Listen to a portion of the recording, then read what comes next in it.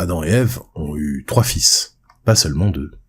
Il y a Caïn, puis il y a Abel, et ensuite il y a Seth. Seth, la Bible n'en dit pas grand-chose. Et pourtant, c'est bien lui, l'ancêtre mythologique de l'humanité. Car si, comme on l'a vu précédemment, Caïn a bien une descendance, nombreuse, industrieuse, qui développe les sciences et les techniques et organise les premières sociétés, eh bien cette descendance va échouer. La proto-humanité caïnite, en se mêlant aux veilleurs et en se rapprochant des Néphilim, va connaître sa propre chute et être dissoute dans le déluge. Les caïnites représentent donc un essai manqué de la civilisation humaine. Celui dont les descendants vont survivre et peupler la Terre, c'est Seth, l'ancêtre de Noé, et donc ancêtre de tous les êtres humains d'aujourd'hui. Seth est un personnage discret, presque effacé, qui à certains égards peut faire penser à Isaac. Mais malgré sa discrétion, Seth est un personnage décisif pour comprendre la trajectoire que trace la Genèse.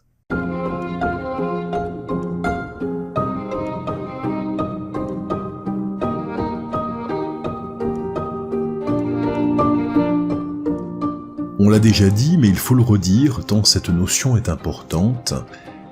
Les conditions de production du texte biblique affectent de manière critique son contenu. Et ces conditions sont celles d'un parchemin rare et précieux, d'une encre plus rare et plus précieuse encore, d'une formation longue, coûteuse et complexe pour les scribes. La moindre lettre a un coût, et ce coût au temps de la rédaction du texte est assez élevé. Quand la Bible mentionne un événement, c'est donc qu'il sort de l'ordinaire, ou qu'il constitue une forme de rupture avec ce qui le précède. Bref, qu'il a du sens pour les auteurs bibliques. Alors, bien entendu, il ne faut pas non plus surinterpréter les silences. Mais le peu d'informations dont nous disposons sur Seth est déjà en soi un indice intéressant. Après le drame fondateur de Caïn et Abel, le premier meurtre, la première violence irréversible entre les humains, tout pourrait sembler perdu. La fraternité a échoué. La parole n'a pas retenu le bras, la responsabilité a été refusée, le monde humain naît dans le sang. Et pourtant, l'histoire ne s'arrête pas là. Puisque le chapitre 4 de la Genèse nous dit « Adam connut encore sa femme, et elle enfanta un fils, et elle l'appela Seth, car Dieu m'a accordé une autre descendance, à la place d'Abel, que Caïn a tué. » Genèse chapitre 4, verset 25. Et tout est déjà là.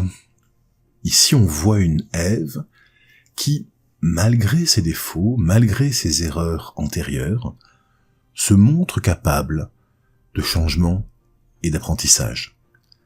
Si son premier fils, Caïn, était trop aimé, jusqu'à développer une relation peut-être incestueuse, si son deuxième fils, Abel, était méprisé, rejeté, mal aimé, pour le troisième, elle change enfin d'attitude. Elle semble exprimer du regret pour la mort d'Abel, comme si elle se rendait compte, un peu tard certes, que la vie est rare et précieuse, et que sa propre capacité à engendrer ne signifie pas qu'elle est propriétaire des êtres qu'elle met au monde.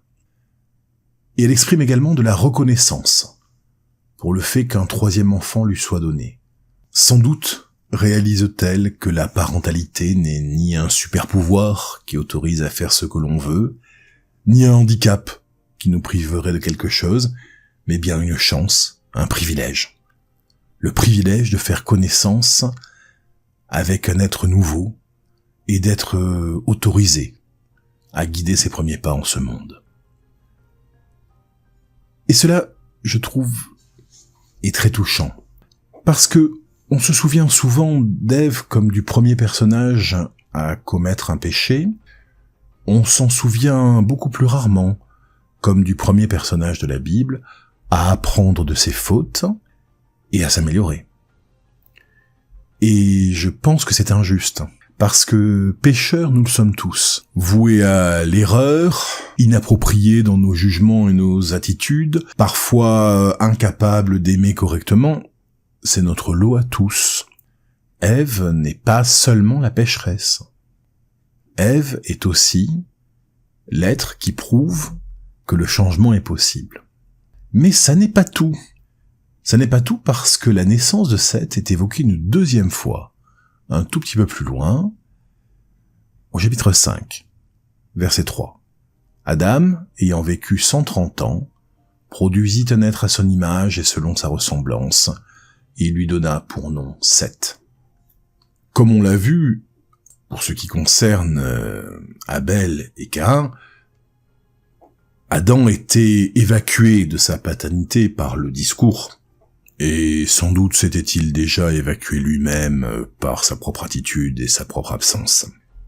Et ici, contrairement à ce qui est arrivé pour Abel et Caïn, donc, Adam est décrit comme prenant une part active dans sa propre paternité. On nous dit qu'il produisit un être à son image, donc il s'est reconnu dans Seth. À telle enseigne que le Midrash signale que c'est le moment où enfin Adam devient père au sens plein du terme. Il lui a fallu du temps. Mais le père de l'humanité réalise finalement que se reproduire ne suffit pas. Plus exactement que la reproduction physique suffit, à condition qu'on ait envie d'engendrer des victimes ou des monstres, mais que si on veut produire des êtres humains dignes de ce nom, il convient pour le père, parce que bon, la mère de toute façon elle n'a pas le choix, il convient pour le père de rester présent un petit peu au-delà du coït. Et là encore, le texte est assez juste. Assez juste en cela que la parentalité, comme tout le reste, ça s'apprend. Et ça s'apprend par l'expérience, par essai et erreur. Alors, bien entendu, la plupart des parents ne commettent pas des erreurs aussi mortifères que celles d'Adam et Ève. Mais en revanche, la plupart des enfants aînés essuient les plâtres et subissent l'inexpérience de leurs parents. Et les cadets également, d'ailleurs, dans une autre mesure, quand les parents se rendent compte que les formules trouvées pour le premier enfant ne s'ajustent pas nécessairement pour le deuxième. Généralement, on s'en remet, c'est pas si grave, ça n'a rien de dramatique, mais ça reste un destin commun et d'une banalité absolue, et que la Bible représente assez bien. Jusqu'ici, on n'avait pas trouvé beaucoup de qualités humaines à Adam et Ève. Il faut leur en reconnaître une, ici. Le courage. Le courage de la résilience, de continuer malgré tout, ne pas se laisser terrasser par la douleur, mais poursuivre l'histoire, se donner encore une autre chance, même si cette chance ne ressemble pas à ce que l'on imaginait au départ. Comme Abel et comme Caïn, le nom de Seth est un programme. Le mot Shet signifie placer, établir, fonder. Ève ne dit pas seulement « j'ai eu un autre enfant ». Elle dit « quelque chose a été réinstallé, quelque chose a été rétabli ». Rashi, un très grand commentateur juif médiéval, en commentant ce verset, insiste sur l'idée d'une forme de substitution réparatrice. Il dit « une autre descendance, c'est Seth, car de lui, le monde sera à nouveau fondé ». Donc c'est pas un enfant de plus, c'est celui par qui l'histoire parvient à continuer. Et le Midrash va encore plus loin, puisque dans Bereshit Rabbah 23.5, les sages nous disent que la naissance de Seth marque le moment où Adam comprend que la violence de Caïn n'a pas annulé définitivement la possibilité du bien dans le monde. Le monde ne sera pas sauvé par l'effacement du mal, mais par une réintroduction lente, patiente, du bien, c'est-à-dire de la responsabilité. Et pourtant, à certains égards, Seth pourrait être considéré comme un anti-héros. En tout cas, la Torah ne fait absolument rien pour l'héroïser.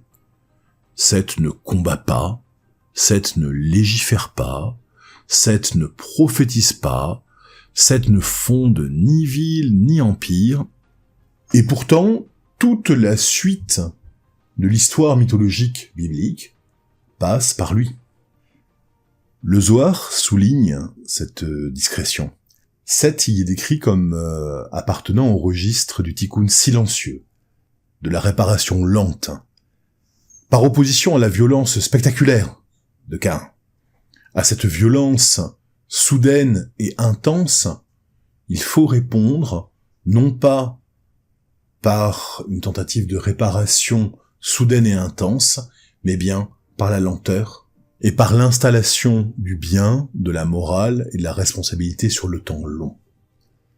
Le Zohar dit « Seth fut engendré dans le silence, et c'est par lui que le monde fut rééquilibré. » En d'autres termes, sa grandeur est précisément de ne pas être grandiose.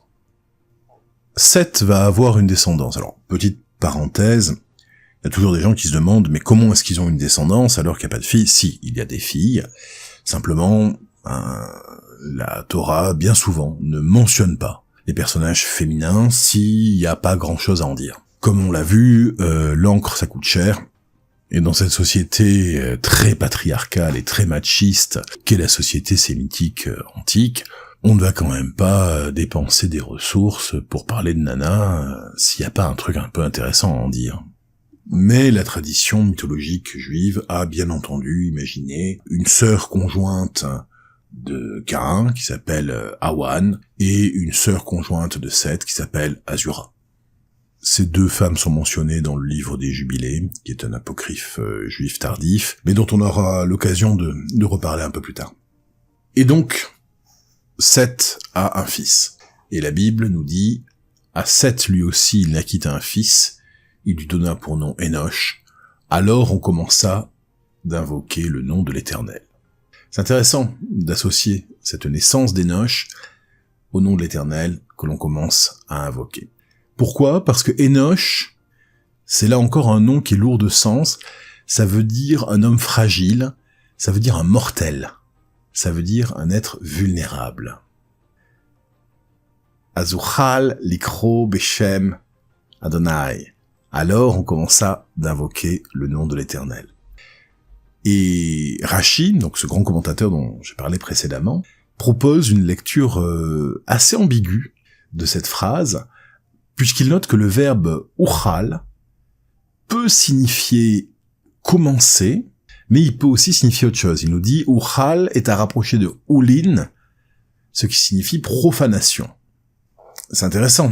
Est-ce qu'on a commencé à évoquer le nom de l'Éternel, ou est-ce qu'on a profané le nom de l'Éternel en l'évoquant ? Et Rashi explique à ce moment-là que cette profanation se manifestait par le fait que l'on donnait le nom de Dieu à des hommes, à des plantes ou à des animaux. Donc ça s'appelle de l'idolâtrie. C'est-à-dire que on ne considérait pas comme digne de prière, comme digne d'être élevé en haut de la hiérarchie de valeurs, les bonnes choses. L'invocation du nom divin marque donc à la fois un renouveau spirituel et le début d'un rapport plus risqué, plus humain, moins évident au sacré. Une tentation pour l'homme de se substituer à Dieu ou de prendre ses propres œuvres pour divines. Le Midrash explique que c'est précisément parce que l'homme prend conscience de sa fragilité et de sa mortalité, Énoch donc, qu'il se tourne à nouveau vers Dieu. On dit que les gens ont besoin de religion pour affronter et apprivoiser leur peur de la mort, et c'est sans doute vrai. La prière, après tout, au moins à certains égards, c'est une réponse à la vulnérabilité. C'est quand on a pris conscience de sa finitude et de ses limites qu'on est motivé à se connecter à plus grand que soi, à faire partie de quelque chose de plus vaste. Caïn se croyait infini, il ne connaissait pas la mort, il attendait simplement de Dieu qu'il le confirme dans son statut de surêtre, et donc fondamentalement il n'avait pas besoin d'une relation au divin. Ceux qui sont comme lui sont ceux-là même pour qui Uchal signifie profanation, car ils n'évoquent des principes supérieurs que pour se grandir eux-mêmes. Vous en connaissez, j'en connais aussi, le monde en est rempli. Mais une autre voie est possible.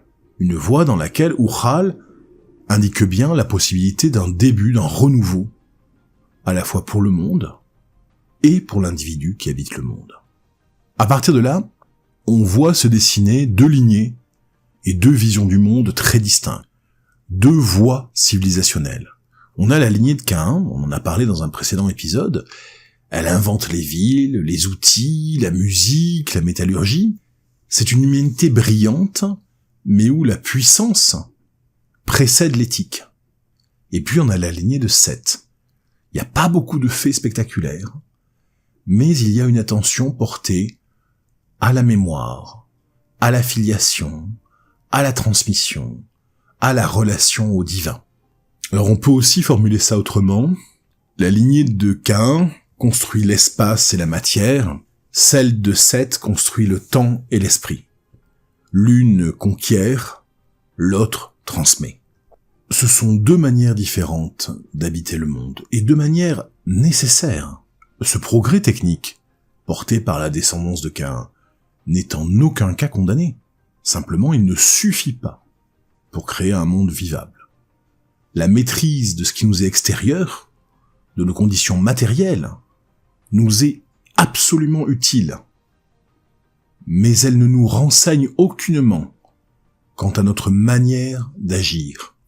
Sans intériorité morale, sans confrontation à ce qui est à l'intérieur de nous, nous sommes condamnés. Nous avons besoin de la technique pour dompter le chaos du monde, mais vivre avec les autres hommes, ça n'est pas un problème d'ingénierie.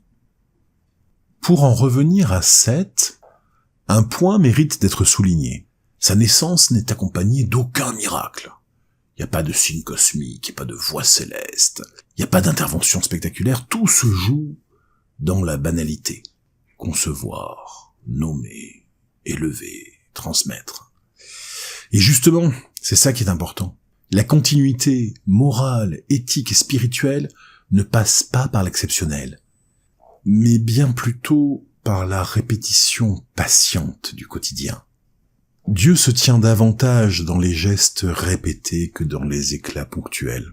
Dans ma synagogue, nous recevons occasionnellement le Rav Chaim Cipriani, qui a une phrase que j'aime beaucoup et qui dit que pour réellement entrer en relation avec le divin, si on devait choisir entre faire la bénédiction du pain tous les jours et assister pieusement à Yom Kippour, alors bien sûr, idéalement, il faut faire les deux, mais si on a à choisir, il faut choisir la modeste bénédiction du pain quotidien. Tout se joue dans la norme du quotidien, dans la répétition simple de la vie humaine. Donner naissance, nommer, élever, transmettre, grandir, se marier, avoir des enfants, transmettre encore, travailler encore, avoir des petits-enfants, travailler encore, mourir, et la génération suivante poursuit et répète. La continuité passe par le concret et par le simple, pas par le spectaculaire. Le temps long de l'histoire humaine est tissé par ses quotidiens. Ce n'est ni l'héroïsme de quelques-uns, ni la monstruosité de quelques autres, ni le génie de moins encore d'individus qui tissent la trame de notre histoire. Les êtres d'exception peuvent avoir leur impact, mais ils restent somme toute des anomalies. L'épopée humaine s'est formée de la somme des labeurs, humbles et quotidiens, de milliers de Seth. Ni des chevaliers en armure étincelante, ni des prophètes charismatiques. Non, des gens qui, un pas après l'autre, un rocher après l'autre, un champ après l'autre, ont lentement, patiemment, courageusement façonné le monde qui est le nôtre. Ces héros que l'on ne chante pas assez, ceux qui ont construit leurs caselles, installé leurs rizières, borné leurs pâtures, tracé leurs sentiers, ceux qui ont arraché les pierres à leurs champs et ont défriché leurs buissons d'épines. À ces innombrables générations qui ont écorché leurs mains et usé leur dos, pas de monument aux morts, pas de grande Énéide. On ne sait pas compter d'épopées de la paix, et on a du mal à reconnaître la vertu simple des humbles. Et pourtant c'est sur eux, c'est sur Seth que repose le monde. Les fautes de Caïn ne sont pas effacées, elles ne le seront jamais. Elles demeurent, comme avertissement. Mais Seth nous enseigne autre chose. Il nous montre que chaque génération reçoit un monde abîmé, mais pas définitivement perdu.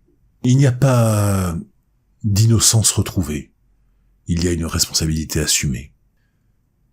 Si on doit faire une lecture contemporaine de ce court passage, on peut y trouver une insistance sur l'importance de la résilience familiale et sociale. Même après les tragédies, les conflits et les erreurs, il est toujours possible de reconstruire. Il est toujours possible d'éduquer. À condition que, comme Adam et Ève, qui réalisent enfin ce qu'est la parentalité, les adultes comprennent que l'avenir ne se limite pas aux actions du moment et passe par ce que nous laissons aux générations suivantes. Il est de leur responsabilité de transmettre des récits et des valeurs. La valeur de la continuité spirituelle et morale est immense. Notre société, nos institutions, nos familles doivent tenir compte du passé, tout en investissant dans l'avenir.